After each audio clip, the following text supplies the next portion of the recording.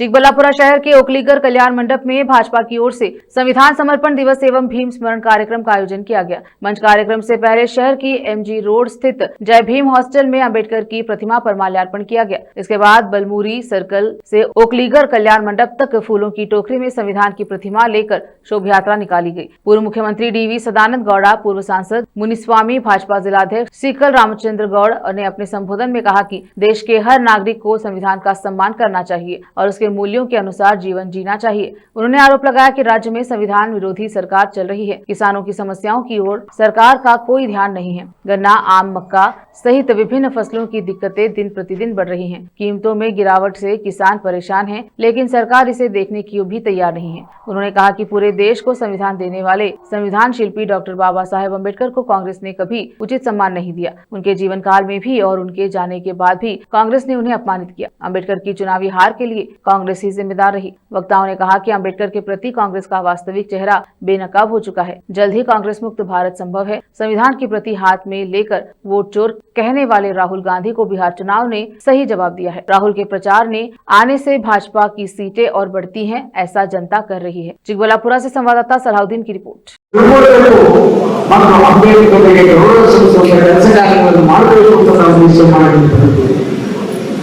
ಕರ್ನಾಟಕ ರಾಜ್ಯದಲ್ಲಿ ಏನು ನಡೀತಾ ಇದೆ, ಸಂವಿಧಾನವನ್ನ ಒಂದು ರೀತಿಯಲ್ಲಿ ಅಪಮಾನ ಮಾಡುವಂತ ರಾಜನೀತಿ ಕರ್ನಾಟಕ ರಾಜ್ಯದಲ್ಲಿ ನಡೀತಾ ಇರುವಂತದ್ದು ನಾವು ನೋಡ್ತೇವೆ.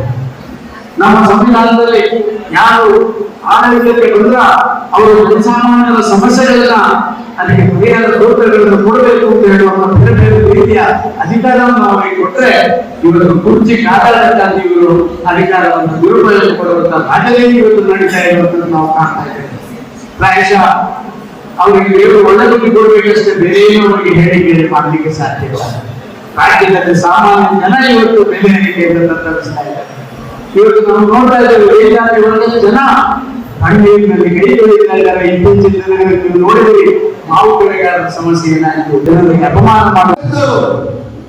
ಡಾಕ್ಟರ್ ಬಾಬಾ ಸಾಹೇಬ್ ಅಂಬೇಡ್ಕರ್ ಅವರನ್ನ ಅವಮಾನ ಮಾಡಿ ಅವ್ರಿಗೆ ದೇಶ ಡೆವಲಪ್ಮೆಂಟ್ ಮಾಡಬೇಕು, ಆರ್ಥಿಕತೆ ಡೆವಲಪ್ಮೆಂಟ್ ಮಾಡಬೇಕು, ನನಗೆ ಮಂತ್ರಿ ಸ್ಥಾನ ಕೊಡಿ ಅಂತ ಕೇಳಿದ್ರು. ಹೆಣ್ಮಕ್ಳಿಗೆ ಓಟದ ಹಕ್ಕು ಕೊಡಬೇಕು, ಅವ್ರಿಗೆ ರಿಸರ್ವೇಶನ್ ಕೊಡಬೇಕು ಅಂತ ಕೇಳಿದ್ರೆ ಅದನ್ನು ಕೊಟ್ಟಿಲ್ಲ.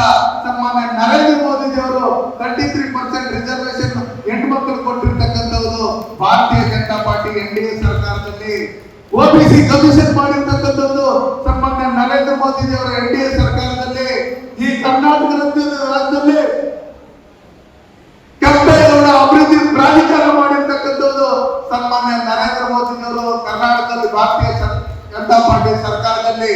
ಇವತ್ತು ಬೆಂಗಳೂರಿಗೆ ಟರ್ಮಿನಲ್ ಅಂತಾರಾಷ್ಟ್ರೀಯ ವಿಮಾನ ನಿಲ್ದಾಣ ಕೊಟ್ಟಿರ್ತಕ್ಕಂಥದ್ದು ಸನ್ಮಾನ್ಯ ನರೇಂದ್ರ ಮೋದಿ ಅವರ ಸರ್ಕಾರ.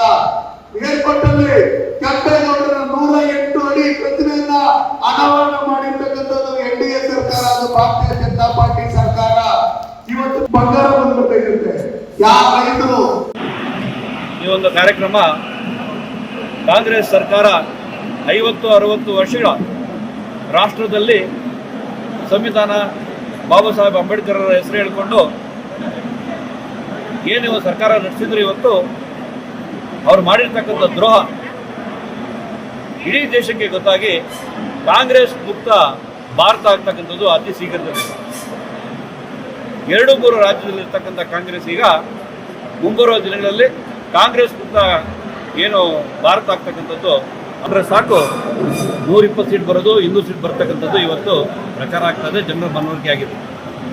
ಸಂವಿಧಾನವನ್ನು ಗೌರವ ಕೊಟ್ಟಿರ್ತಕ್ಕಂಥ ಬಿಜೆಪಿಯಲ್ಲಿ ಅತಿ ಹೆಚ್ಚು ಸಂಖ್ಯೆಯಲ್ಲಿ ಇವತ್ತು ಚಿಕ್ಕಬಳ್ಳಾಪುರ ಜಿಲ್ಲೆಯಲ್ಲಿ ಬಂದು ಗೌರವ ಸಮರ್ಪಣೆ ಮಾಡಿದ್ದಾರೆ. ತಮ್ಮ ಮುಖಾಂತರ ಎಲ್ರಿಗೂ ಧನ್ಯವಾದಗಳನ್ನು ತಿಳಿಸ್ತೀನಿ.